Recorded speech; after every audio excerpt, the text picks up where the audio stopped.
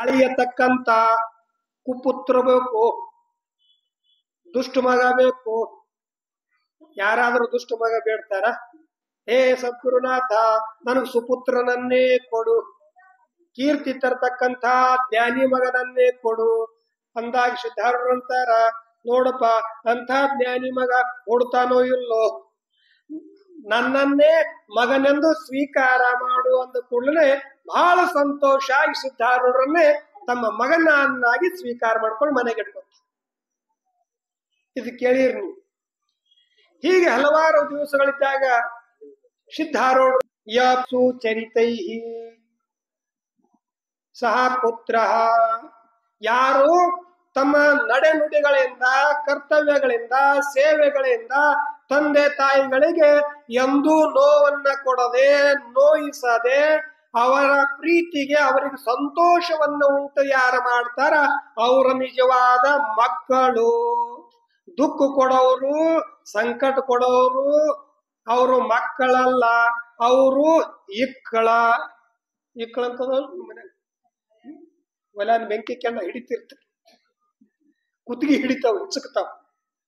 ಕಯ ಪ್ರೀಣಯೇ ಸುಚರಿತೈ, ತಂದೆ ತಾಯಿಗಳಿಗೆ ಸಂತೋಷವನ್ನುಂಟು ಮಾಡತಕ್ಕಂಥವ್ರಿಗೇನೆ ಮಕ್ಕಳನ್ನು ಬೇಕು ಅಂತ ಭರ್ತೃಹರಿ ಮಹಾರಾಜರು ಹೇಳಿರುವ ಹಾಗೆ ಸದ್ಗುರು ಸಿದ್ಧಾರೂಢರು ಭೀಮಪ್ಪನಿಗೆ ಪುತ್ರನಾಗಿರೋದ್ರಿಂದ ಅವ್ರು ಯಾವಾಗಲೂ ಕತ್ತಿ ಹೇಳ್ಕೋತ ನಕ್ಕೋತ ಅವರನ್ನ ಸಂತೋಷಗೊಳಿಸ್ತಾ ಇದ್ರು, ಉಪದೇಶ ಮಾಡ್ತಾ ಇದ್ರು, ಅನೇಕ ಮಹಾಭಾರತ ರಾಮಾಯಣಾದಿ ಕಥೆಗಳನ್ನ ಹೇಳ್ತಾ ಇದ್ರು.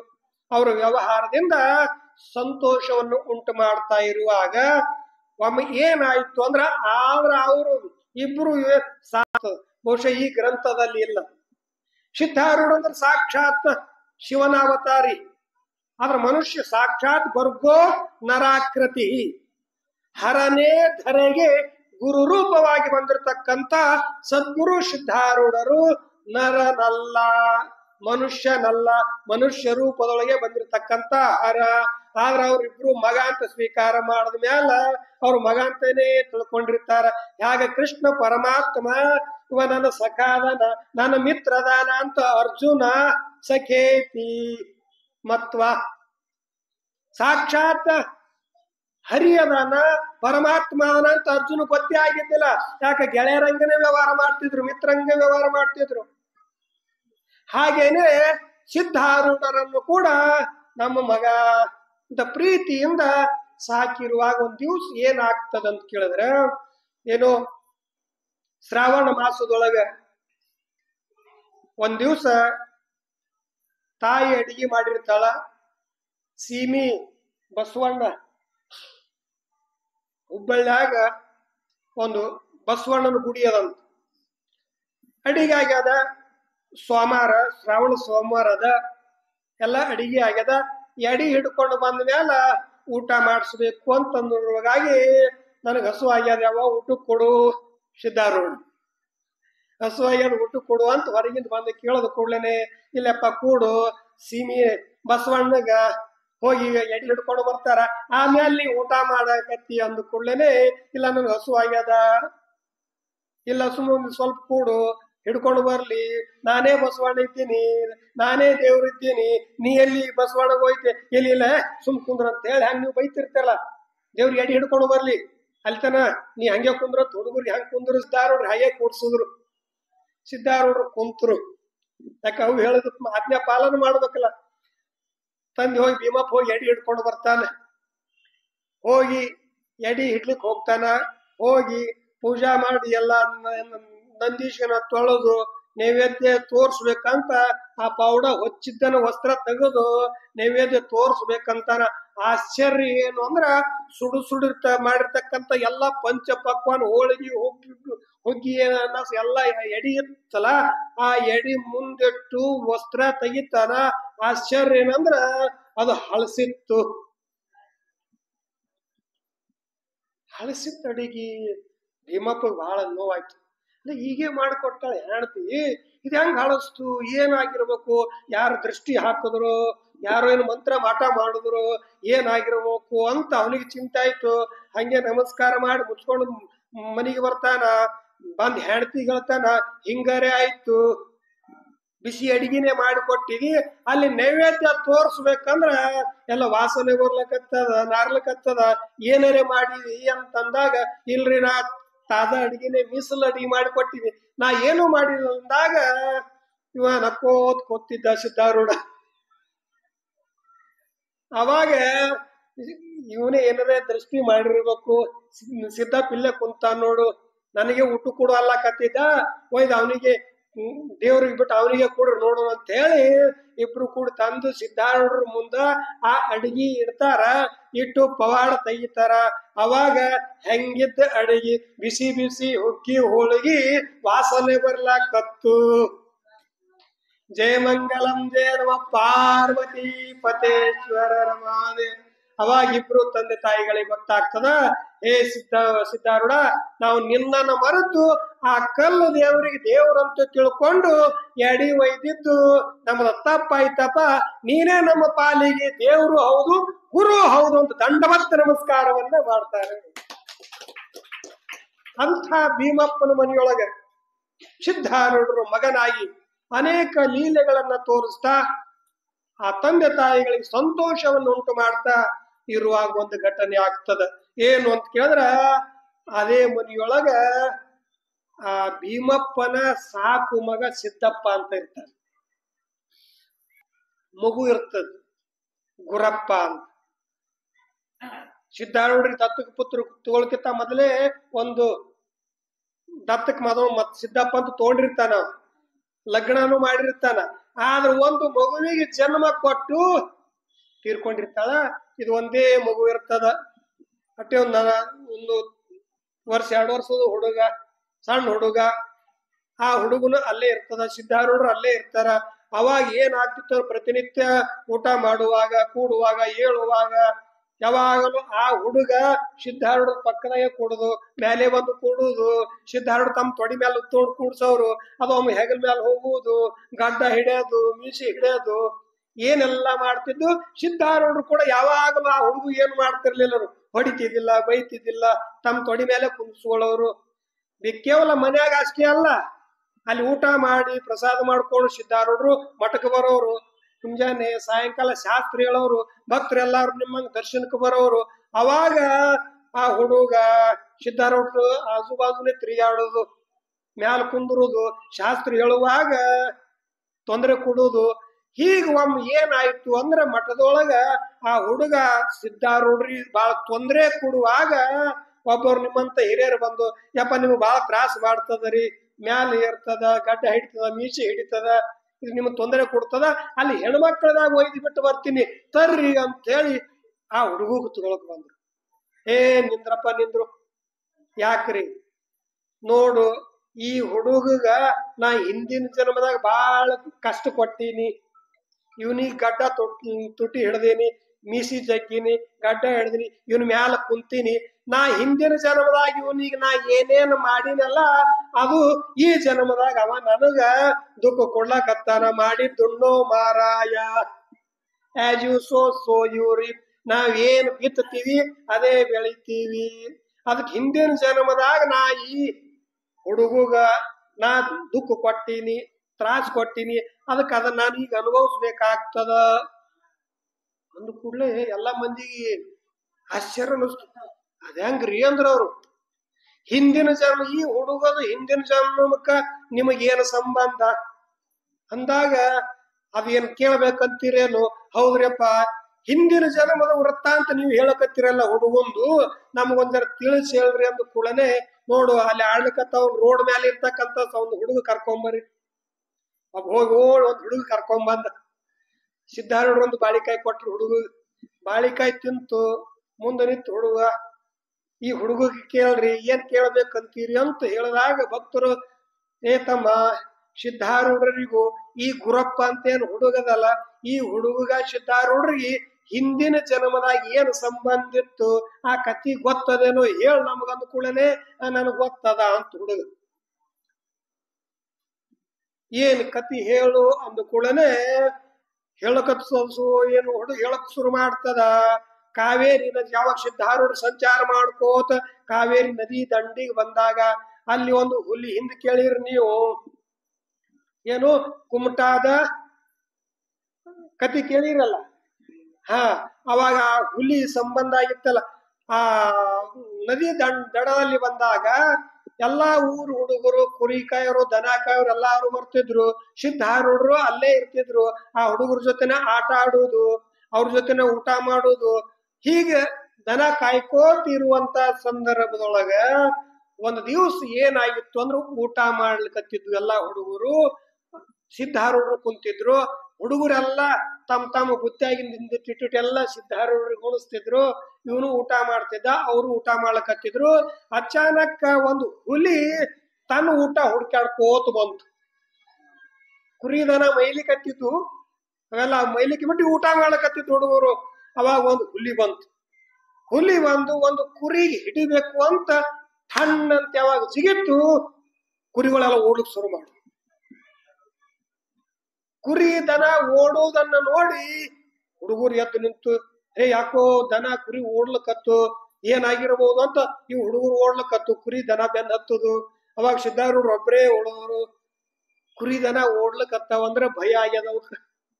ಭಯ ಹುಟ್ಟಿಸ್ಲಕ್ ಏನಾದ್ರೂ ಇರ್ಬೇಕಲ್ಲಿ, ಏನಾದ್ರೂ ಹುಲಿ ಚಿರತೆ ಸಿಂಹ ಏನಾದ್ರೂ ಬಂದಿರ್ಬೇಕು ಅಂತ ಸಿದ್ಧಾರೂಢರು ಆ ಕಡೆ ಈ ಕಡೆ ನೋಡಿದ್ರು. ಒಳಗಾಗೇನೆ ಒಂದು ಕಂಟಿ ಇತ್ತು.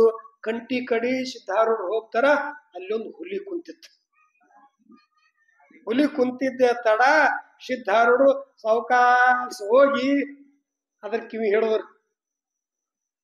ಕಿವಿ ಹಿಡಿದ ಅದ್ರ ಮ್ಯಾಲ ಓಂ ನಮಃ ಶಿವಾಯ ಅಂತ ಮಂತ್ರ ಸಿದ್ಧವಾಗಿರ್ತಕ್ಕಂಥ ಹಸ್ತವನ್ನು ಎಳೆದು ಅದನ್ನು ಹೊರಗೆ ತಗೊಂಡ್ಬರ್ತಾರೆ. ಹುಡುಗರೆಲ್ಲ ಓಡ್ ಹೊಂಟಾವ ಕಡೆ ಕುರಿ ದನದ ಬೆನ್ನತ್ತಿ. ಅವಾಗ ಸಿದ್ಧಾರೂಢರು ಅವ್ರ ಕಡೆ ನಡೆದ್ರು.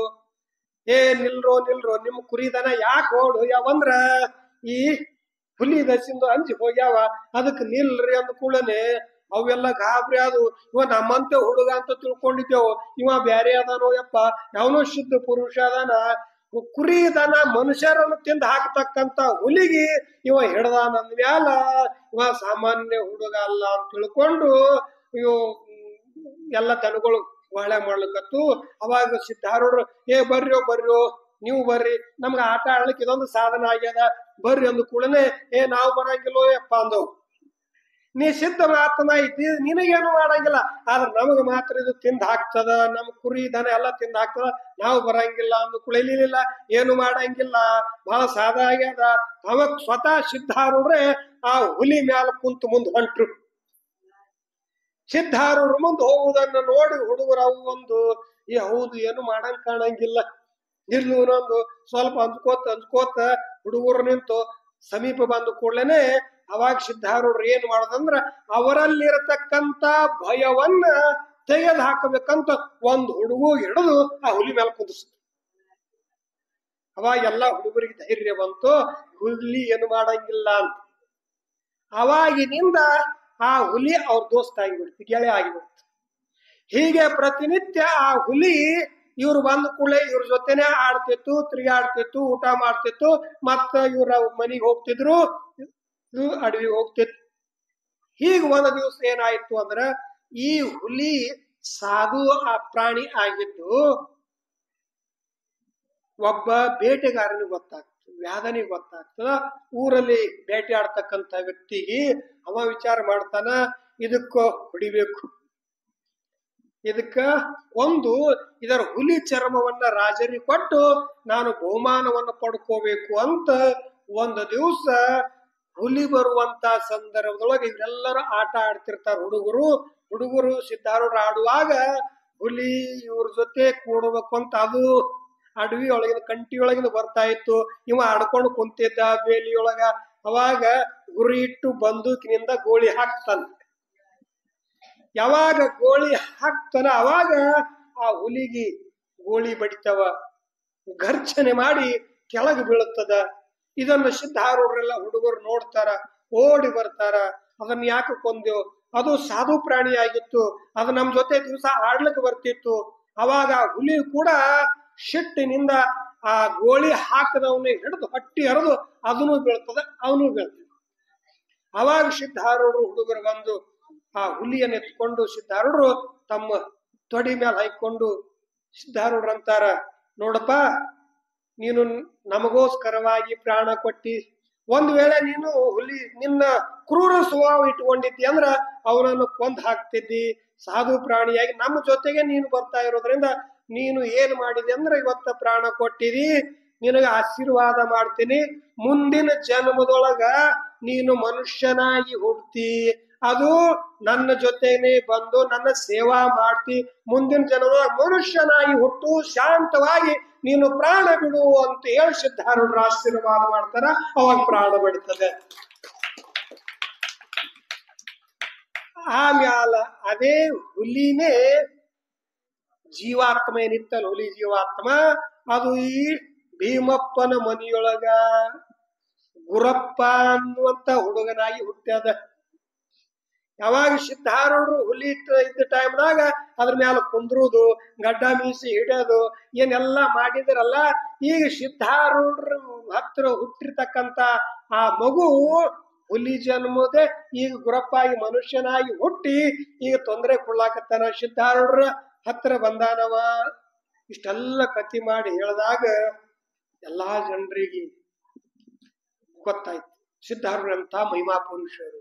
ಅವಾಗ ಕೇಳ್ತಾರ ಅವರು, ಇಷ್ಟೆಲ್ಲ ಕತಿ ನಿನ್ಗ್ಯಾಂಗ್ ಗೊತ್ತಾಯ್ತು ಅಂದ್ರ ಹುಡುಗ ಹಿಂದಕಿನ ಹುಡುಗೇನ ಅಲ್ಲಿದು ಹೊಸ ಹುಡುಗ, ಅರಿದ ಹುಡುಗ, ಈ ಕತಿ ನಿನ್ಗ್ಯಾಂಗ್ ಗೊತ್ತಾಯ್ತು ಅಂತ ಎಲ್ಲಾರು ಕೇಳಿದಾಗ ಆ ಕತಿ ನನ್ನ ಮುಂದ ಎಲ್ಲಾ ಕಾಣಿಸ್ಲಿಕತ್ತದ.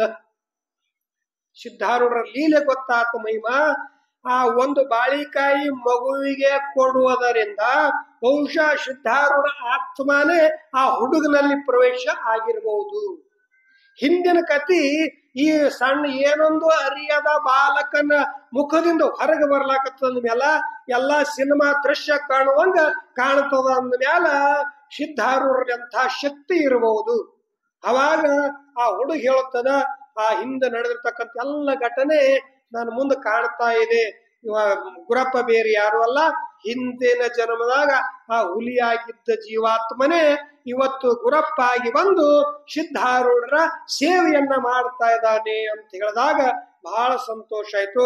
ಅವಾಗ ಸಿದ್ಧಾರೂಢರು ಮತ್ತೆ ಕರೆದು ಅವನಿಗೊಂದು ಬಾಳಿಕಾಯಿ ಕೊಡ್ತಾರ. ಬಾಳಿಕಾಯಿ ತಿಂದ ಮ್ಯಾಲ ಆ ಹುಡುಗ ಮೊದಲು ಹೆಂಗಿದ್ನಲ್ಲ ಹಂಗೆ ನಾ ಆಡ್ಲಿಕ್ಕೆ ಹೋಗ್ತೀನಿ ಅಂತ ಹೊರಗೋಡ್ ಹೋಗ್ಬಿಟ್ಟು, ಜಯಮಂಗಲಂ ಜಯ ನಮ ಪಾರ್ವತಿ ಪತೆ ಶಿವ ಹರ ಮಹಾದೇವ್ ಅಂತ ಸದ್ಗುರು ಸಿದ್ಧಾರೂಢರ ಒಂದು ಸನ್ನಿಧಿಗೆ ಬಂದಿರತಕ್ಕಂಥ ಆ ಯಾವ ಹುಲಿ ಕೂಡ ಏನಾಯ್ತು ಅಂತ ಕೇಳಿದ್ರ ಮನುಷ್ಯನಾಗಿ ಹುಡ್ತದ. ಅದಕ್ಕೆ ಸತ್ಸಂಗ ಮಹಾತ್ಮರ ಸಂಘ ಅಂದ್ರೆ ಬಹಳ ದೊಡ್ಡದಿರ್ತದೆ. ಜಾಡ್ಯಂ ನಿಯು ಹರತಿ ಸಿಂಚತಿ ವಾಚಿ ಸತ್ಯಂ ಮಾನೋನ್ನತಿಂ ದಿಶತಿ ಪಾಪಮಪ ಕರೋತಿ ಅಂತ ಬಹಳಷ್ಟು ಸುಂದರವಾಗಿ ಸತ್ಸಂಗದಿಂದ ಏನ ಲಾಭ ಅದ ಅನ್ನೋದನ್ನ ವರ್ಣನೆ ಮಾಡ್ಕೊಂಡ್ ಬಂದಿದ್ದಾರೆ. ಅದಕ್ಕೋಸ್ಕರವಾಗಿ ಈ ಸದ್ಗುರು ಸಿದ್ಧಾರೂಢರ ಒಂದು ಚರಿತ್ರೆಯಲ್ಲಿ ಗ್ರಂಥಕರ್ತರಾದ ಯಾವ ಶಿವರಾಮಚಂದ್ರಗಿರಿಯವರು ಸಂತರ ಸಂಘದಿಂದ ಮಹಾತ್ಮರ ಸಂಘದಿಂದ ಏನಾಗ್ತದ ಈ ಘಟನೆಯನ್ನ ಛಂದದಲ್ಲಿ ವರ್ಣನೆ ಮಾಡ್ತಾರೆ. ಏನು ಅಂತ ಕೇಳಿದ್ರೆ, ಸಂತ ಸಂಘದ ಮಹಿಮೆಯಿಂದಲೇ ವ್ಯಾಘ್ರ ನರನಾಗಿರುವನು, ಅಂತೆಯನ್ನನು ಸದ್ಗುರು ಪರಮಾರ್ಥ ಮಾರ್ಗಕ್ಕೆ ತರುವನು. ಧೈರ್ಯದಿಂದಲೇ ನಿನ್ನ ಕರುಣೆಯ ದಾರಿ ನೋಡುತ್ತಾ ಇರುವೆನೋ, ಶೌರ್ಯದಿಂದಿಶ ಡ್ರಿಪುಗಳನ್ನು ಹೋರಿ ಚರಣಕ್ಕೆ ಬರುವೆನೋ. ಶೌರ್ಯದಿಂದಿಶ ಡ್ರಿಪುಗಳನ್ನು ಹೋರಿ ಶರಣಕ್ಕೆ ಬರುವನು. ಈ ಕಥೆಯ ಸಾರಾಂಶವನ್ನೇ ಛಂದದಲ್ಲಿ ಹೇಳ್ಕೊಂಬಂದ್ರು. ಏನು ಅಂದ್ರ, ಸಂತ ಸಂಘದ ಮಹಿಮೆಯಿಂದಲೇ ವ್ಯಾಘ್ರ ನರನಾಗಿರುವನು. ಆ ಕಥೆಯ ಸಾರಾಂಶ ಸಂತ ಸಂಘದ ಮಹಿಮೆಯಿಂದಲೇ. ಸಂತರು ಅಂತ ಯಾರಿಗಂತಾರ? ಸೋಸಿ ಜಗಾಚೆ ಆಗಾತ್ ತೋಚಿ ಸಂತ. ಯಾರು ಜಗತ್ತಿನ ಜನರ ದುಃಖಗಳನ್ನ ಕಷ್ಟಗಳನ್ನ ಸಹನ ಮಾಡ್ತಾರ, ಅವರ ಕಷ್ಟಗಳನ್ನ ನಿವಾರಣೆ ಮಾಡಿ ಯಾರು ತಾವು ದುಃಖವನ್ನ ಅನುಭವಿಸ್ತಾರ ಅವರಿಗೆ ಸಂತ ಅಂತ ಕರೀತಾರ. ಯಾರು ಷಡ್ ರಿಪುಗಳನ್ನ ಜಯಿಸಿದಾರ ಅವರಿಗೆ ಸಂತ ಅಂತ ಕರೀತಾರ. ಯಾರ ಹಂಗದಾಗಿರ್ಲಾರ್ದೆ ಯಾರು ಸ್ವಂತ ಇರ್ತಾರ ಅವರಿಗೆ ಸಂತ ಅಂತ ಕರೀತಾರ. ಯಾರು ಸತ್ಯವನ್ನ ಸಾಕ್ಷಾತ್ಕಾರ ಮಾಡಿಕೊಂಡಿದಾರ ಅವರಿಗೆ ಸಂತರಂತ ಕರೀತಾರ, ಮಹಾತ್ಮರಂತ ಕರೀತಾರ. ಅದಕ್ಕೆ ತೋಚಿ ಸಂತ ಸೋಸಿ ಜಗಾಚೆ ಆಘಾತ, ಅವರಿಗೆ ಸಂತರನ್ನಬೇಕು. ಯಾರು ಜಗತ್ತಿನ ಜನರ ದುಃಖಗಳನ್ನ ಸಹನ ಮಾಡ್ತಾರ. ಹ್ಯಾಗ ಚಂದನದ ಕಟ್ಟಿಗೆ ಗೊತ್ತ, ಗಂಧದ ಕಟ್ಟಿಗೆ ಅದ್ ಹೆಂಗ ನೀವು ತಿಕ್ತೀರಿ, ಉಜ್ಜುತ್ತೀರಿ, ತಾನು ನೊಂದು ನಮಗೇನು ಕೊಡ್ತದ? ದುರ್ಗಂಧ, ಸುಗಂಧವನ್ನೇ ಕೊಡ್ತದ. ಹ್ಯಾಗ ಗಂಧದ ಕಟ್ಟಿಗೆ ಕಲ್ಲಿಗೆ ನಾವು ಎಷ್ಟು ಉಜ್ಜುತ್ತೀವಿ, ತಿಕ್ತೀವಿ, ಆಗ ಅದು ತನ್ನನ್ನು ತಾನು ಸವೆಸಿಕೊಂಡು ನಮ್ಮೆಲ್ಲರಿಗೂ ತಂಪಾಗಿರ್ತಕ್ಕಂಥ ಸುಗಂಧವಾಗಿರ್ತಕ್ಕಂಥ ಚಂದನ ಗಂಧವನ್ನೇ ಹೇಗೆ ಕೊಡ್ತದಲ್ಲ, ಹಾಗೆ ಜಗತ್ತಿನ ಜನರ ಸಂತಾಪವನ್ನ ಕಳೆದು ಅವರ ದುಃಖಗಳನ್ನ ನಾಶ ಮಾಡಿ ತಾವು ಸ್ವಂತ ಇರ್ತಕ್ಕಂಥ ಶಿವಯೋಗಿಗಳಿಗೆ ಸಂತರ್ ಅಂತ ಕರೀತಾರೆ. ನೀವು ಹಿಂದ್ ಕೇಳಿರಿ, ಸಾಕ್ಷಾತ್ ಸಿದ್ಧಾರೂಢರ ತಲೆ ಮ್ಯಾಲ ಬೆಂಕಿ ಇಟ್ಟರು ಕೂಡ ಅವ್ರಿಗೆ ಏನು ಮಾಡಲಾರದೆ ದುಃಖವನ್ನ ಸರ್ ಮಾಡುದು. ಅಂತ ಸತ್ಪುರುಷರ ಸಂಘದಿಂದ ಸತ್ಯವಂತರ ಸಂಘವಿರಲು ತೀರ್ಥವ್ಯಾತಕ್ಕೆ ಅಂತ ಹಾಡಿದಂತೆ ಸಂತರ ಸಂಘದ ಮಹಿಮೆಯಿಂದಲೇ ವ್ಯಾಘ್ರನರನಾಗಿರುವನು. ಅಂತ ಸಂತ ಸ್ವರೂಪರಾಗಿರ್ತಕ್ಕಂಥ ಸಿದ್ಧಾರೂಢರ ಸಂಘದಿಂದ ಯಾವ ಸಾಮಾನ್ಯ ವ್ಯಾಘ್ರ ಅಂದ ಹುಲಿ ಏನಾಯ್ತು, ಗುರಪ್ಪ ಅನ್ನತಕ್ಕಂಥ ಮನುಷ್ಯ ಜನ್ಮಕ್ಕ ಬಂತು. ಅದಕ್ಕೆ ಮುಂದೆ ಹೇಳ್ತಾರ ಅವರು, ಅಂತೆಯನ್ನನು ಸದ್ಗುರು ಪರಮಾರ್ಥ ಮಾರ್ಗಕ್ಕೆ ತರುವನು. ಅಂತ ಸದ್ಗುರು ಪರಮಾರ್ಥ ಮಾರ್ಗ, ಶ್ರೇಷ್ಠವಾಗಿರ್ತಕ್ಕಂಥ ಮಾರ್ಗ, ಮೋಕ್ಷದ ಮಾರ್ಗಕ್ಕೆ ತರತಕ್ಕಂಥವ್ರು. ಅಂತ ಸದ್ಗುರುನಾಥ ಏನ್ ಮಾಡ್ತಾನ ಶರಣು ಹೋದರೆ ಅಂತ ಕೇಳಿದ್ರೆ, ಧೈರ್ಯದಿಂದಲೇ ನಿನ್ನ ಕರುಣೆಯ ದಾರಿ ನೋಡುತ್ತಾ ಇರುವೆನು. ಹೇ ಸದ್ಗುರುನಾಥ, ನಿನ್ನಗೆ ಶರಣು ಬಂದು ನಿನ್ನ ದಾರಿಯನ್ನ ನಾನು ಕಾಣ್ತಾ ಇದ್ದೀನಿ. ಏನು ಅಂದ್ರೆ ನನ್ನಲ್ಲಿರ್ತಕ್ಕಂಥ ವ್ಯಾಘ್ರದ ಹುಲಿಗಳ ಸಮಾನವಾಗಿರ್ತಕ್ಕಂಥ ದೇಹ ಅನ್ನತಕ್ಕಂಥ ಒಂದು ಅರಣ್ಯದ ಅಡವ್ಯದ. ಈ ಅಡವಿಯೊಳಗನು ಹುಲಿಗಳು ಕುಂತಾವ. ಅವ್ ಯಾವ ಅಂದ್ರ ಷಡ್ರಿಪುಗಳು. ರಿಪು ಅಂದ್ರ ವೈರಿಗಳು, ಶತ್ರುಗಳು. ಷಟ್ ಅಂದ್ರ ಆರು ಹುಲಿಗಳದ. 6 ಹುಲಿಗಳ ಹಾಡ್ಯಾರಲ್ಲ ಏನು, ಶ್ರೀಗಿರಿ ಸುಕ್ಷೇತ್ರಕ್ಕೆಂದು ಹೋಗಿ ಯಾತ್ರೆಯ ಮಾಡಿ ಬಂದೆ, ಶ್ರೀಗಿರಿಯೋ ಶರೀರದೋಳುಂಟು, ಶಿವ ಓಂ ಶ್ರೀ ಗುರು ಸಿದ್ಧ ಸಾರಿ ಬೆಡಗಲ ಗುಡಿಯ ಕಂಡೆ. ಶ್ರೀಗಿರಿ ಸುಕ್ಷೇತ್ರ, ಇದು ದೇಹವೇ ಒಂದು ಶ್ರೀಶೈಲ ಅದ, ಕಾಶಿ ಅದ, ಅರಣ್ಯದ, ಅನೇಕ ಉಪಮಾಗಳನ್ನು ಕೊಟ್ಟಿದ್ರ. ಅಂತ ಅರಣ್ಯ ಸದೃಶವಾಗಿರ್ತಕ್ಕಂಥ ಅಡವಿಯಾಗಿರ್ತಕ್ಕಂಥ ಈ ಒಂದು ಶರೀರದಲ್ಲಿನೇ ಪ್ರತಿಯೊಬ್ಬರ ಶರೀರದೊಳಗ ಹುಲಿ ಚಿರ್ಚುಗಳು ಅದಾವ, ನರಿಗಳ ಅದಾವ. ಅವು ಯಾವ ಅಂದ್ರೆ ಹೇಳ್ತಾರ ಅವರು, ಏನು ಕಾಮ, ಕ್ರೋಧ, ಲೋಭ, ಮೋಹ, ಮದ, ಮತ್ಸರ ಅನ್ನತಕ್ಕಂಥ ವ್ಯಾಘ್ರಗಳ ಅದಾವ. ಅವುಗಳ ನಾಶ ಆಗ್ಬೇಕಾಗಿತ್ತು ಅಂದ್ರ, ಕ್ರೂರತ ಹೋಗ್ಬೇಕಾಗಿತ್ತಂದ್ರ ಸದ್ಗುರು ಕೃಪೆನೇ ಬೇಕು. ಹಾಗ ಸಿದ್ಧಾರೂಢರ ಹತ್ತ ಸ್ಪರ್ಶ ಆದ ತಕ್ಷಣವೇ ಆ ವ್ಯಾಘ್ರನಲ್ಲಿರ್ತಕ್ಕಂಥ ಕೋಪೆಲ್ಲ ನಾಶ ಆಗಿ ಅದು ಸಾದಾ ಪ್ರಾಣಿ ಆಯ್ತಲ್ಲ. ಹಾಗೇನೆ ಈ ಶರೀರದಲ್ಲಿರ್ತಕ್ಕಂಥ ಕ್ರೋಧಾದಿ ವ್ಯಾಘ್ರ ಹುಲಿಗಳು ಅವು ಶಾಂತ ಆಗ್ಬೇಕಾಗಿತ್ತಂದ್ರ ಹೇ ಸದ್ಗುರುನಾಥ ನಿನ್ನ ಆಶೀರ್ವಾದ ಬೇಕು ಅಂತ ಪ್ರಾರ್ಥನೆ ಮಾಡ್ತಾ ಇದ್ದಾರೆ. ನಿಮಗ್ ಗೊತ್ತದ, ಬಸವಣ್ಣವರು ಕೂಡ ಹೇಳ್ಕೊಂಬಂದು, ಸಾರ ಸಜ್ಜನರ ಸಂಘ ಲೇಸು ಕಂಡಯ್ಯ, ದೂರ ದುರ್ಜನರ ಸಂಘ ಮಾನಹುಂಗವಯ್ಯ. ಸಂಘ ಎರಡುಂಟು, ಒಂದು ಹಿಡಿ ಒಂದು ಬಿಡು. ಸಂತರ ಸಂಘ ಮಾಡಬೇಕು. ನಿಮ್ಗೆ ಗೊತ್ತದ, ಸಾಮಾನ್ಯವಾಗಿರ್ತಕ್ಕಂಥ ನಾರದ ಮಹರ್ಷಿಗಳ ಒಂದು ದರ್ಶನದಿಂದ ಅನಂತ ಪಾಪಗಳನ್ನು ಮಾಡಿರ್ತಕ್ಕಂಥ ರತ್ನಾಕರ ಅನ್ನತಕ್ಕಂಥ ವಾಲ್ಯ ಕೋಳಿ 7 ರಂಜುಣಿಗೆ ತುಂಬಿದ್ದು ಅಂತ್ರಿ. ಒಂದು ಮರ್ಡರ್ ಮಾಡೋದು, ಒಂದ್ ಹಳ್ಳ ಗಡಿಗೆ ಹಾಕುವುದು. ಅಡವಿಯೊಳಗ ದರೋಡೆಕೋರವ ಹಾದಿಗೆ ಹೋಗವ್ರನ್ನ ಹೊಡಿದು ಬಡಿದು ಕಡಿದು ಲೂಟಿ ಮಾಡ್ಕೊಳ್ಳೋದು, ವಸ್ತ್ರ ಆಭರಣ ಎಲ್ಲ ಲೂಟಿ ಮಾಡಿ ಹೆಂಡ್ರ ಮಕ್ಕಳನ್ನ ಸಾಕ್ತಿದ್ದವ. ಅವಾಗ ಅಕಸ್ಮಾತ್ ಅದೇ ರೋಡಿನ ಮ್ಯಾಲ ಅರಣ್ಯದ ಮೂಲಕವಾಗಿ ಹೋಗ್ತಕ್ಕಂತ ನಾರದರು ಹೊಂಟಿದ್ರು. ನಾರಾಯಣ ನಾರಾಯಣ ನಾರಾಯಣ ವಾಸುದೇವ ಭಜನೆ ಮಾಡ್ಕೋತ ಕೀರ್ತನೆ ಮಾಡ್ಕೋತ ಅವ್ರು ಹೊಂಟಿದ್ರು. ಇವ ದಿವಸ ತಾನ ಡ್ಯೂಟಿಗೆ ಬರಂಗ್ ಬಂದಿದ್. ಏನ್ರಿ ಡ್ಯೂಟಿ? ಹೊಡಿದು ಬಡಿದು ಕಡಿಯುದು, ಲುಟಿ ಮಾಡುದು ಅವನ್ ಡ್ಯೂಟಿ. ಬಂದ ನಿಲ್ಲು ಅಂದ್ರು. ನಾ ಬಹಳ ದಿವಸ ಆಯ್ತು ನಿಂತು, ನೀ ನಿಲ್ಲು ಅಂದ್ರು. ನನಗಿಂತ ಧೈರ್ಯವಾಗಿ ಮಾತಾಡದವ್ರು ಯಾರು ಇರ್ಲಿಲ್ಲ. ಅಂದಾಗ ನೀ ಯಾರ್ಯಾಕಿರ್ಲಕ್ಕ ಕೊಡು ಮೊದಲ ನಮಗ ರೊಕ್ಕ, ಏನೇನ್ ಅದಾವ ನಿನ್ನ ಹತ್ರ ಅಂದಾಗ ನನ್ನ ಹತ್ರ ಏನೂ ಇಲ್ಲ. ತಂಬೂರು ಒಂದೇ ಬಾ ಬಾರಿಸ್ಬಾ ಅಂತ. ಭಜನೆ ಮಾಡೋನು, ನಾಮಸ್ಮರಣೆ ಮಾಡೋನು. ಇಲ್ಲಿ ನನಗ್ ಬೇಕು, ಇಲ್ಲಿಕಂದ್ರೆ ನಿನ್ನ ಮರಣ ಮಾಡ್ತೀನಿ, ನಿನ್ನ ಕೊಡಿತೀನಿ, ಕೊಂದ್ ಹಾಕ್ತೀನಿ ಅಂದಾಗ ನಾರದ್ರಂತಾರ, ನನಗ್ ಕೊಂದ್ರ ಪಾಪ ಬರ್ತದ, ಆ ಪಾಪದಿಂದ ದುಃಖ ಅನುಭವಿಸ್ಬೇಕಾಗ್ತದ, ಕೊಲ್ಲಬಾರ್ದು, ಹಿಂಸೆ ಮಹಾಪಾಪದ ಅಂದಾಗ ನನಗ್ ಗೊತ್ತಿಲ್ಲ, ಪುಣ್ಯ ಪಾಪ ನನಗ್ ಗೊತ್ತಿಲ್ಲ, ಕೊಲ್ಲುವುದು ಹೆಂಡ್ರ ಮಕ್ಕಳು ರಕ್ಷಣೆ ಮಾಡೋದೇ ನನ್ನ ಉದ್ದೇಶ. ನೋಡು ನಿನಗರ ಬಹಳ ಪಾಪ ಆಗ್ತದ, ಜನ್ಮ ಜನ್ಮಾಂತರದೊಳಗ ನೀನು ಕ್ರಿಮಿ ಕೀಟ ಪಶು ಪಕ್ಷಿಯಾಗಿ ಹುಟ್ಟಬೇಕಾಗ್ತದ, ದುಃಖ ಅನುಭವಿಸ್ಬೇಕಾಗ್ತದ. ಒಂದೇ ಜನ್ಮದಾಗ ಹುಟ್ಟಾಗನು ದುಃಖ, ಸಾಯಾಗನು ದುಃಖ, ಜೀವಂತ ಇರುವಾಗನು ನಕ್ಕಿದ್ದೇ ಗೊತ್ತಿಲ್ಲ ಈ ಕಂಪನಿಗೆ, ದುಃಖನೇ ಇರ್ತದ. ಇಂತರೂ ಜನ್ಮ ಜನ್ಮಾಂತರದೊಳಗ ದುಃಖ ಅನುಭವಿಸ್ತಲ್ಲ ಪಾಪದಿಂದ. ಆ ಪಾಪದಾಗ ನಿನ್ ಯಾರಾದ್ರೂ ಪಾಲ ತಗೋತಾರೇನು ಅಂತ ಕೇಳಿದ್ರು. ನೀ ಮಾಡೋದು ಯಾರಿಗಿದು?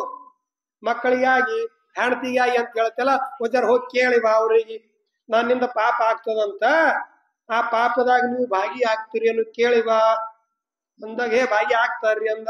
ಇಲ್ಲ ಹೋಗ್ಯಾರ ಬಾ ಕೇಳ್ಕೊಂಡು ಬಾ ಅಂದ ಕೂಡಲೇ ಅಂದ್ರೆ ನನಗ ಆ ಕಡೆ ಕಳಿಸಿ ನೀ ಕಡೆ ಫರಾರಿ ಆಗ್ಬೇಕಂತೀನೋ ನಾವು ನಾರದರ್ಗಿ. ಇಲ್ಲ ಸಂಶಯ ಬಂದಿತ್ತಂದ್ರ ನನಗೆ ಈ ಗಿಡ ಕಟ್ಟಿ ಹೋಗು ಅಂದ ನಾರದ ಮಹರ್ಷಿಗಳು. ಸಾಕ್ಷಾತ್ ನಾರದ ಮಹರ್ಷಿಗಳು ಅವನು ಉದ್ಧಾರಕ್ಕಾಗಿ ಬಂದಿರತಕ್ಕಂತ ಸಂತರಿದ್ರು ಅವರು. ಅವಾಗ ಗಿಡಕ್ಕೆ ಕಟ್ಟದ ಹಗ್ಗ ತಗೊಂಡು ಹಗ್ಗ ಕಟ್ಟಿ ಹೋಗ್ತಾನ ಮನೆಗೆ. ರತ್ನಾಕರ ಓಡೋಡ್ ಹೋಗ್ತಾನ. ನೋಡ್ ನಾ ಇಲ್ಲಿ ತನಕ ನಿಮಗ ಅನೇಕ ಜನರನ್ನ ಕೊಂದು ಒಂದಲ್ಲ ಎರಡಲ್ಲ 7 ರಾಜ್ಯಗಳಿಗೆ ತುಂಬಾ ಹಳ್ಳ ಹಾಕಿ 8 ಮಂದಿಗೆ ಕೊಂದಿನಿ, ಅದು ದೊಡ್ಡ ಪಾಪ ಆಗ್ಯದ. ಆ ಪಾಪದಾಗ ನೀವೆಲ್ಲಾ ಪಾಲ ತೋತಿರಿಲ್ಲೋ ಅಂತ ಹೆಂಡತಿ ಕೇಳೋದಾಗ ಹೆಂಡತಿ ಅಂತಾಳ, ನಾವ್ಯಾಕ ನಿಮ್ ಪಾಪದಾಗ ಪಾಲ ತಗೊಳೋಣ್ರಿ, ಮತ್ ನಿಮಗಾಗೆ ನಾ ತಂದ್ ಹಾಕಿನೆಲ್ಲ, ನಿಮಗ್ ಕೊಲೆ ಮಾಡಿ ಪಾಪ ಮಾಡಿ ತಂದ್ ಹಾಕಂತ ಯಾರು ಹೇಳ್ಯಾರ? ದುಡಿದು ತಂದ್ ಹಾಕ್ರಿ. ನಿಮ್ಮ ಪಾಪದಾಗ ನಾವು ಭಾಗ್ಯ ಆಗಂಗಿಲ್ಲ, ನೀವು ಹೆಂಗರೇ ನಮ್ಮನ್ನು ಬದುಕಿಸ್ರಿ, ನಿಮ್ ಕರ್ತವ್ಯ ಅದ ಅಂದ ಕೂಡಲೇ ಹೆಂಡತಿನೂ ಒಪ್ಪಲಿಲ್ಲ, ಮಕ್ಕಳು ಒಪ್ಪಲಿಲ್ಲ. ಇದು ಪ್ಯಾಲೆ ಆಗಿ ಹೊರಗೆ ಬಂತು. ನಾ ಮಾಡಿದ ಪಾಪಕ್ಕ ನಾನೇ ಜವಾಬ್ದಾರಿ, ನಾನೇ ಹೊಣೆಗಾರ, ಅದಕ್ಕೆ ನಾನೇ ದುಃಖ ಅನುಭವಿಸ್ಬೇಕಾಗ್ತದ, ಸಾಕು ಇನ್ನ ಅಂತ ನಮಸ್ಕಾರ ಮಾಡಿ ಮನೆಗೆ, ಹೆಂಡತಿಗೆ, ಮಕ್ಕಳಿಗೆ ಎಲ್ಲಾರು ನಮಸ್ಕಾರ ಮಾಡಿ, ನಾನು ಮಾಡಿದಂತ ಪಾಪದಾಗ ನೀವು ಭಾಗಿಯಾಗಂಗಿಲ್ಲ ಅಂದ ಮ್ಯಾಲ ನಾ ಯಾಕೆ ಪಾಪ ಮಾಡ್ಕೋಬೇಕು? ಜಾಗ್ರಯಿತು, ತಿಳುವಳಿಕೆ ಬಂತು, ಇಲ್ಲಿ ತನಾರ ನಾನು ಪಾಪ ಮಾಡಿ ಬಂದೀನಿ, ಆ ಪಾಪ ಹೆಂಗ್ ಕಳ್ಕೋಬೇಕು ಅಂತ ಪಶ್ಚಾತ್ತಾಪ ಪಟ್ಕೋತ ಬಂದು ನಿಲ್ತಾನ. ಮೊದಲಿನ ವ್ಯಕ್ತಿ ಬದಲಾಗಿದ್ದ. ನಮಸ್ಕಾರ ಮಾಡ್ತಾನ, ಬಿಚ್ಚತಾನ ಹಗ್ಗ ನಾರದರು. ಬಿಚ್ಚದಾಗ ಏನಪ್ಪಾ ವಿಷಯ ಅಂದಾಗ, ನೀವು ಹೇಳಿದ್ದು ಸತ್ಯದರಿ, ನಾನು ಪಾಪದಾಗ ನನ್ನ ಹೆಂಡ್ರು ಮಕ್ಕಳು ಯಾರು ಹಾಗೆ ಆಗಂಗಿಲ್ಲ ಅಂತಾರ. ನೀವು ತಂದ್ ಹಾಕವ್ರು, ನಾವು ತಿಂದ್ ಹಾಕವ್ರು, ನೀ ಏನಾರೆ ಮಾಡಿ ತಂದ್ ಹಾಕು, ನಾವು ತಿಂದ್ ಹಾಕವ್ರು, ನಿನ್ನ ಕರ್ಮಕ್ಕೆ ನಾವು ಭಾಗಿದಾರ ಆಗಂಗಿಲ್ಲ ಅಂತ ಹೇಳ್ಯಾರ. ಅದಕ್ಕೆ ನಾನು ತಪ್ಪಾಗ್ಯದ್ರಿ, ನಾನು ಪಾಪ ಹೆಂಗಾದ್ರ ನಾಶ ಆಗ್ತದ ಅಂತ ನನ್ನನ್ನು ಉದ್ಧಾರ ಮಾಡ್ಲಿಕ್ಕ ಸಾಕ್ಷಾತ್ ಪರಮಾತ್ಮನೇ ನಿಮ್ಮ ರೂಪದ ಕಳಿಸ್ಯಾನ ಅಂತ ದಂಡವತ್ತ ನಮಸ್ಕಾರ ಆಗ್ತಾನ. ಅವಾಗ ನಾರದ ಮಹರ್ಷಿಗಳು ಸ್ವಚ್ಛ ಆಗ್ಯದ. ಪಶ್ಚಾತ್ತಾಪವೆಂಬ ಅಗ್ನಿಯೊಳಗ ಇವ ಸುಟ್ಟು ಸ್ವಚ್ಛ ಆಗ್ಯಾನ. ಹಾಗ ಅರಗ ಮಿಶ್ರಿತ ಬಂಗಾರ ಬೆಂಕಿಯೊಳಗ ಹಾಕದ ಕೂಡಲೇನೆ ಅದು ಹೇಗ ಅಪರಂಜಿ ಶುದ್ಧ ಬಂಗಾರ ಆಗ್ತದಲ್ಲ, ಹಾಗ ಪಶ್ಚಾತ್ತಾಪವೆಂಬ ಅಗ್ನಿಯೊಳಗ ಮನಸ್ಸೆಲ್ಲ ಶಾಂತ ಆಗ್ಯದ. ಸುಟ್ಟು ಪಾಪೆಲ್ಲ ಸುಟ್ಟು ಇವತ್ತ ಪವಿತ್ರ ಆಗ್ಯಾನ. ಇವನಿಗೆ ಇವತ್ತ ಆಶೀರ್ವಾದ ಮಾಡಬೇಕು ಅಂತ ಯಾರು? ನಾರದ ಮಹರ್ಷಿಗಳು ಮಸ್ತಕದ ಮ್ಯಾಲ ಹಸ್ತ ಇಟ್ಟು ಶ್ರೀರಾಮ್ ಜೈ ರಾಮ್ ಜೈ ಜೈ ರಾಮ್ ಅಂತ ಉಪದೇಶ ಮಾಡ್ತಾರ. ಅವನಿಗೆ ಹರಾಮಖೋರ ಮನುಷ್ಯನಿಗೆ ರಾಮ ಮಂತ್ರ ಎಲ್ಲ ಹೆಂಗ್ ಬರ್ತದ? ರಾಮ ಅನ್ನೋದೇ ಗೊತ್ತಿಲ್ಲ. ರಾಮ ಅನ್ನುವಂತಾರ ನಾರದ ಮಹರ್ಷಿಗಳು ರಾಮ ಅಂತ ಅಲ್ಲಾಕ್ ಬರಂಗಿಲ್ಲ. ಅವಾಗ ಏನಾದ್ರು ಮಾಡಿ ಹ್ಯಾಗ ರೋಗ ಬಂದ ಮಗುವಿಗೆ ತಾಯಿ ಹುಟ್ಟಿ ಹಾಕ್ಬೇಕಾದ ಔಷಧ ಹಾಕ್ಬೇಕಾಗಿತ್ತಂದ್ರು ಯಾವ್ದಾದ್ರು ಉಪಾಯ ಮಾಡಿ ಹಂಗ ಹಾಕ್ತಾಳಲ್ಲ. ಅವಾಗ ನಾರದ ಮಹರ್ಷಿಗಳು ರಾಮ ಅನ್ನೋದು ಬಿಡು, ಕಡಿಗೆ ಅದು ಏನು ಅಂತ ಕೇಳ, ಅದು ಮರ ಅದ ರೀ. ಮರ ಅಂದ್ರೇನು? ಗಿಡ. ಅದು ಮರ, ಇದು ಮರ, ಹಿಂಗೆ ಅನ್ಕೋತ ಹೋಗು. ಮರ ಮರ ಮರ ರಾಮ ರಾಮ ರಾಮ ರಾಮ ರಾಮ ಮಂತ್ರ ಶುರುವಾಯ್ತು. ಉಲ್ಟ ರಾಮನಾಮ ಜಪತ ಜಪತ. ವಾಲ್ಮೀಕಿ ಹೋಯ ಬ್ರಹ್ಮಜ್ಞಾನಿ. ಯಾವಾಗ ಇಲ್ಲೇ ಕುಂತು ನೀನು ಜಪ ಮಾಡುವಂತ ಗಿಡಕ್ಕ ಕುಂದ್ರಿಸಿ, ಯಾವ ಗಿಡಕ್ಕ ನಾರದನ ಕಟ್ಟಿದ್ದ ಅದೇ ಗಿಡಕ್ಕ ಯಾವ ವಾಲ್ಮೀಕಿಯನ್ನ ರತ್ನಾಕರನ ಕೂರಿಸಿ ನೀನು ಜಪ ಮಾಡು ಅಂತ ರಾಮ ಮಂತ್ರ ಕೊಟ್ಟು ಹೋಗ್ತಾನೆ. ಜಪ ಮಾಡ್ಕೋತ ಕುಂತ ಮಾಡ್ಕೋತ 10-12 ವರ್ಷ ಅಲ್ಲೇ ಕುಂತ. ಏನಾಯ್ತು? ಹುತ್ತು ಬೆಳೀತು. ಮತ್ತೆ ಸಂಚಾರ ಮಾಡ್ಕೋತ ನಾರದರು ಬರ್ತಾರ. ಬರುವಾಗ ರಾಮ ಶ್ರೀರಾಮ್ ಜೈ ರಾಮ್ ಜೈ ಜೈ ರಾಮ್ ರಾಮ ಮಂತ್ರ ಕೇಳಿಸ್ಲಕತ್ತದ. ಆ ಕಡೆ ಈ ಕಡೆ ನೋಡ್ತಾರೆ, ಯಾರೋ ಮನುಷ್ಯರು ಕಾಣಂಗಿಲ್ಲ, ಹೊತ್ತು ಕಾಣಿಸ್ತದ. ಅವ್ರಿಗೆ ನೆನಪಾಯ್ತು, ಹೌದು ರತ್ನಾಕರನ ತಕ್ಕಂತ ಬೇಡ ಇಲ್ಲೇ ಭೇಟಿಯಾಗಿದ್ದ, ಅವ್ ಇನ್ನೂ ಜಪ ಮಾಡ್ಲಕತ್ತಂತ. ಅವಾಗ ಬಂದು ನೋಡ್ತಾರ, ಒಳಗೆ ರತ್ನಾಕರ ಕೂತಿದಾರೆ. ಅವಾಗ ನಾರದರಂತಾರ, ನೀನು ವಾಲ್ಮೀಕಿ ಮಹರ್ಷಿ ಅಂತ ಯಾವಾಗ ಅಲ್ಲಿ ಹೋಗಿ ಆಶೀರ್ವಾದ ಮಾಡ್ತಾರ, ಅವಾಗ ನಾರದ ಮಹರ್ಷಿ ಆಶೀರ್ವಾದದಿಂದ ವಾಲ್ಮೀಕಿಯ ಆಶೀರ್ವಾದದಿಂದ ಏನು ನಾರದರ ಆಶೀರ್ವಾದದಿಂದ ವಾಲ್ಮೀಕಿ ಏನು ಮಾಡ್ತಾನಂದ್ರ ರಾಮಾಯಣನ ತಕ್ಕಂಥ ಸಂಸ್ಕೃತದಲ್ಲಿ ಗ್ರಂಥ ಬರಿತಾನ. ಆತನೇ ಸಂಸ್ಕೃತ ಆದಿ ಕವಿ ಅಂತ ಹೆಸರು ಪಡಿಲಿಕ್ಕ ಸಾಮಾನ್ಯವಾಗಿರ್ತಕ್ಕಂಥ ಒಬ್ಬ ಬೇಡ. ಅವನಿಗೆ ಆದಿಕವಿ ಸಂಸ್ಕೃತದ ಕವಿ ಆಗ್ಲಿಕ್ಕ ಒಬ್ಬ ಮಹಾದುಷ್ಟ ಕ್ರೂರ ಮನುಷ್ಯ, ಒಬ್ಬ ಸಂತ ಮಹಾತ್ಮ ಶಿವಯೋಗಿ ಜ್ಞಾನಿ ಆಗ್ಬೇಕಾಗಿತ್ತಂದ್ರ ಕಾರಣ ಏನು ಅಂತ ಕೇಳಿದ್ರ ಸಂತನಾಗಿರ್ತಕ್ಕಂಥ ನಾರದ ಮಹರ್ಷಿಗಳ ಸಂಪರ್ಕ ಸಂಘ. ಆದ್ದರಿಂದ ಸದ್ಗುರು ಸಿದ್ಧಾರೂಢರ ಸಂಘದಿಂದ ಹೇಗೆ ಹುಲಿ ಗುರಪ್ಪನಾಗಿ, ಅದೇ ಗುರಪ್ಪನೇ ಮುಂದ ಸದ್ಗುರು ಸಿದ್ಧಾರೂಢರ ಉತ್ತರಾಧಿಕಾರಿ ಮೌನ ಯೋಗಿ ಗುರುನಾಥಾರೂಢರಾಗಿ ಸಾಕ್ಷಾತ್ ಬ್ರಹ್ಮ ಸ್ವರೂಪರೇ ಗುರುನಾಥಾರೂಢರಾದರು. ಗುರುನಾಥಾರೂಢರ ಒಂದು ಚರಿತ್ರೆ ಬಹಳ ಅದ್ಭುತದ. ಅಂತ ಬ್ರಹ್ಮ ಸ್ವರೂಪ, ಬ್ರಹ್ಮ ಸಾಕ್ಷಾತ್ಕಾರ ಮಾಡಿಕೊಂಡಿರ್ತಕ್ಕಂಥ ಜೀವನ್ಮುಕ್ತ ಮಹಾಯೋಗಿ ಗುರುನಾಥಾರೂಢರನ್ನ ಈ ಜಗತ್ತಿಗೆ ಕರುಣಿಸಿರ್ತಕ್ಕಂಥ ಹುಲಿಯ ಜನ್ಮದಿಂದ ಮನುಷ್ಯ ಜನ್ಮಕ್ಕೆ ತಂದು ಮತ್ತು ಮನುಷ್ಯ ಜನ್ಮದಲ್ಲಿ ಬ್ರಹ್ಮವನ್ನ ಸಾಕ್ಷಾತ್ಕಾರ ಮಾಡಿಕೊಂಡಿರ್ತಕ್ಕಂಥ ಜೀವನ್ಮುಕ್ತ ಪುರುಷ ಹೇಗಿರ್ತಾನ ಅನ್ನೋದಕ್ಕ ಮಾದರಿಯಾಗಿ ನಮ್ಮೆಲ್ಲರಿಗೂ ಕೊಟ್ಟಿರ್ತಕ್ಕಂಥ ಗುರುನಾಥಾರೂಢರು ಕೊಟ್ಟಿರ್ತಕ್ಕಂಥ ಸದ್ಗುರು ಯಾರಾದ್ರಿದ್ರ ಜಗದ್ಗುರು ಸಿದ್ಧಾರೂಢ ಮಹಾಸ್ವಾಮಿಗಳು. ಅಂಥ ಸದ್ಗುರುಗಳನ್ನ ಪಡೆದುಕೊಂಡಿರ್ತಕ್ಕಂಥ ನಾವೇ ಭಾಗ್ಯಶಾಲಿ.